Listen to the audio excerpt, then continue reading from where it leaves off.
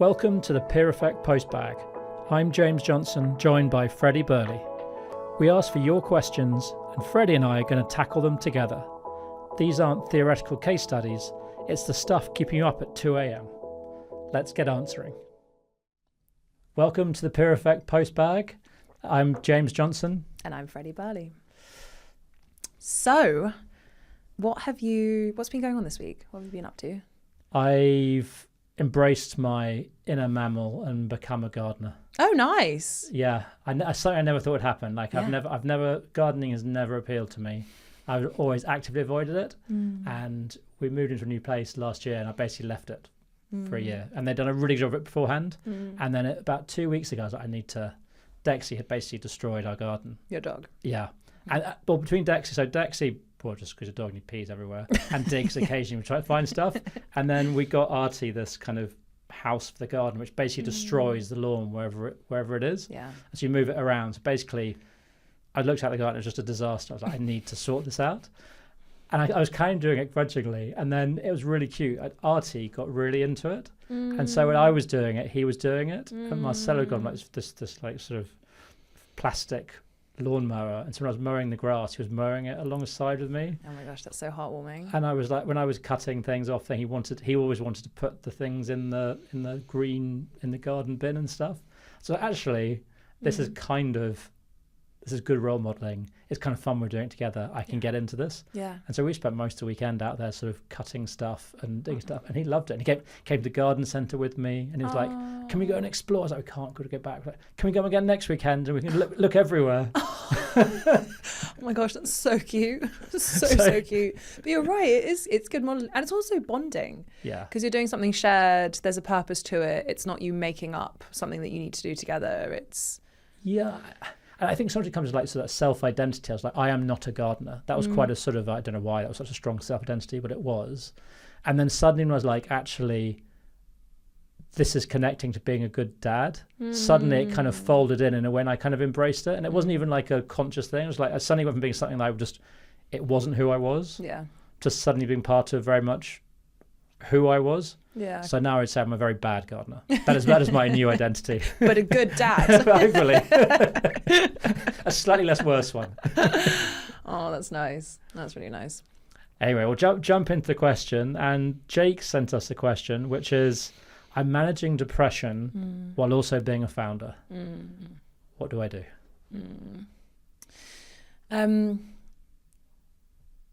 I think this...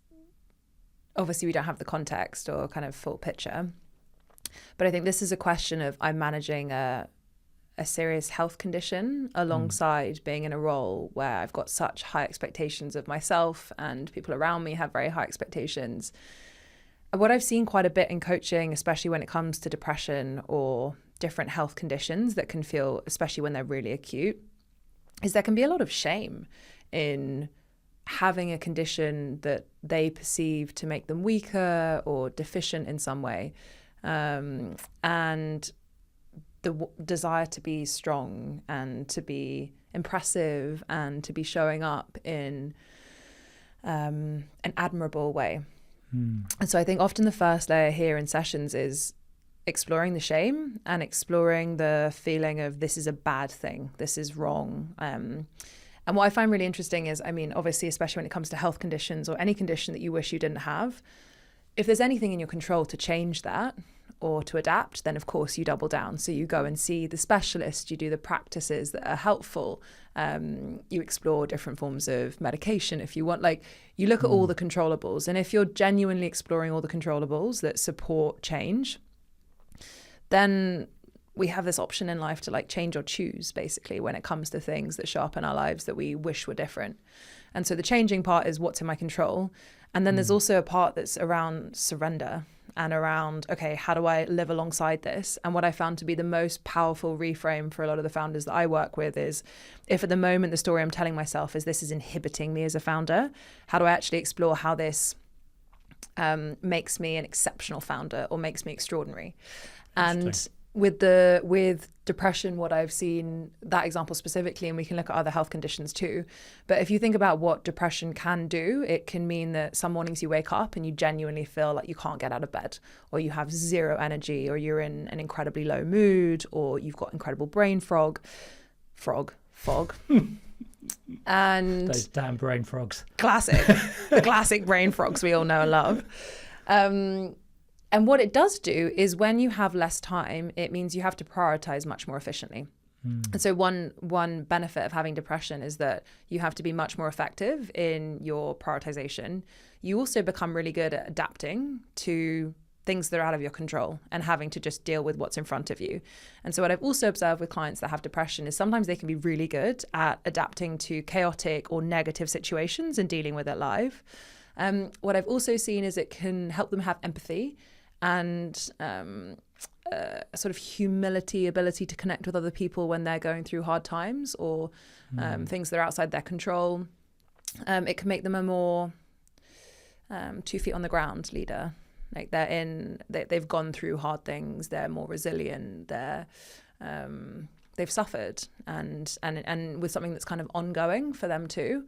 So I've seen like a lot of benefits alongside the negatives that exist. So that's another practice that I find really helpful in just building a new relationship with it so that you can do everything in your control to show up in the best way possible. But equally, if it emerges and you can't change it, you can't control it, then you find a way to relate to it and then leverage those superpowers or gifts that come alongside it. And do you find that when clients buy into that messaging in terms of when they lean into, how do I choose a superpower, that does lead to a change of behaviour?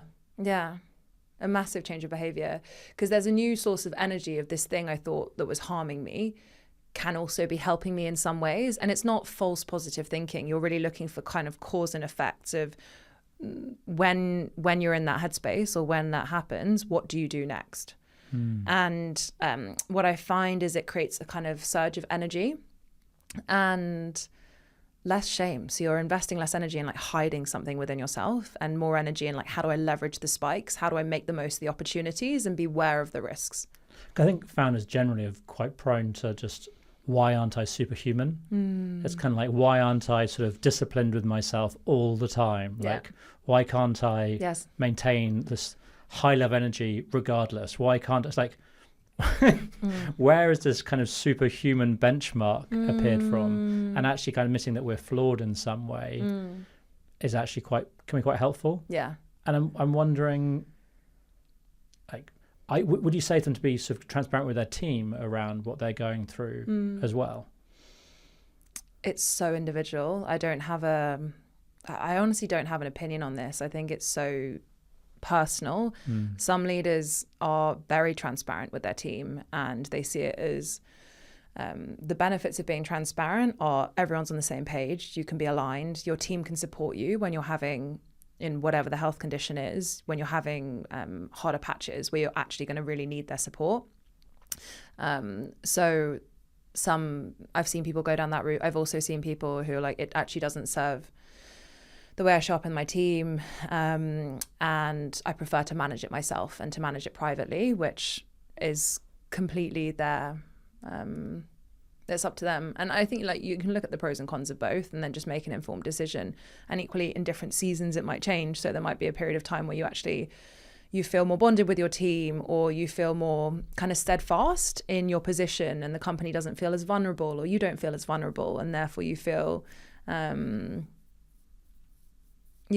okay to just be like, it is what it is, and this is how I am.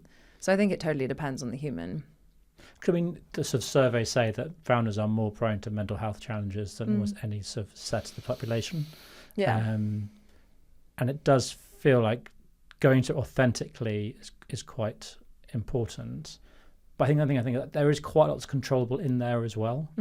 Like a lot of sort of the self-pressure we put on ourselves, the lifestyle that goes alongside, so the all-in destroy yourself lifestyle that can sit alongside it. Yeah, a lot of these things, and then sort of some of the coping mechanisms that come alongside that, whether it's alcohol or substances or just throwing more work. There are a lot of sort of factors that would predispose founders, I think, to have some of these challenges that probably can be dealt with in that sort of deal with sort of or change or choose. Yeah, there is quite a bit to change. Yeah, but when you get to that point, I really like the idea of like how can you flip it into choosing, like how can you really take the positives and what you've learned from it and sort of empathy with your team, because our team will go through all sorts of challenges, won't they? Completely. They do go through challenges. Yeah, completely. And especially in the volatility of startups and so much life's in the process of growing and scaling and the company changing. So, but I also totally respect the people. I trust people to know when the time is right to share different conditions and when they want to manage it themselves and when they want to share it more with their team. Yeah. I think it's so individual and it's so personal. Yeah. Have you seen different founders navigating depression or like acute health conditions as they're building? I would say I've seen founders go through a lot. I mean, sort of pregnancy. Yeah. It's not clearly not an acute health condition, but it's certainly like a significant physical change has impact. Like there's a mental pressure of impact for me on running a business or my ability on time or what am I going to what people are going to think. Yeah. Definitely, I've seen sort of founders push that level where they're trying to deal with it through alcohol or drugs or something, just because that feels like in the moment the right way to sort of maintain energy. It's like, how do I maintain this pace? Well, I need to do something. Yeah. Which then causes a whole set of problems in terms of their behaviour and yeah. pace in the wrong direction is not a good thing. Yeah. Yeah. And yeah, so I thought temporary, not depression, but temporary setbacks can lead to temporary change in energy or feeling distracted. I think people deal with cancer, going through it, like of different types, and which makes you think, like, is it worth it? Where am I focusing my effort? Yeah. Because ultimately, founders are people. Yeah, exactly. So it's like what happens to humans. Yeah. It's like these things happen to humans. So this is really inconvenient timing. Yeah. You just come back after the fundraise, and we'll deal with it then.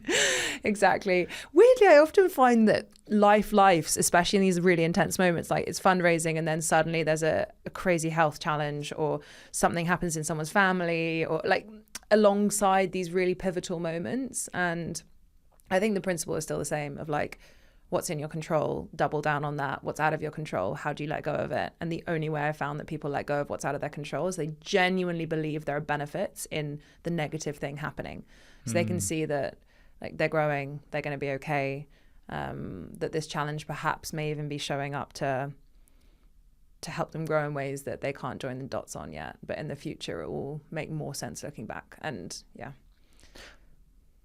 I think that's, that idea of it's happening to other people though as well. I mean, that's hard when that comes out quite a lot, sort of something happens to someone's partner or their parents or their kids or their pet, like a whole range of things, challenges happen. And then I think that's even so much harder because founders are quite practiced at sort of submerging their own needs.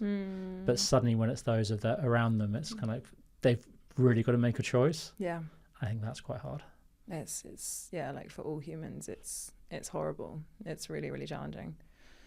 But I think my takeaway from this is just, if you can, look for where the positive is and what you're actually taking from it. Yeah. And if you can really buy into that and lean into it and not just use it as kind of like a smokescreen, but like go, this really is a thing, it can actually bring some real benefits with it. Yeah, I totally agree. Amazing.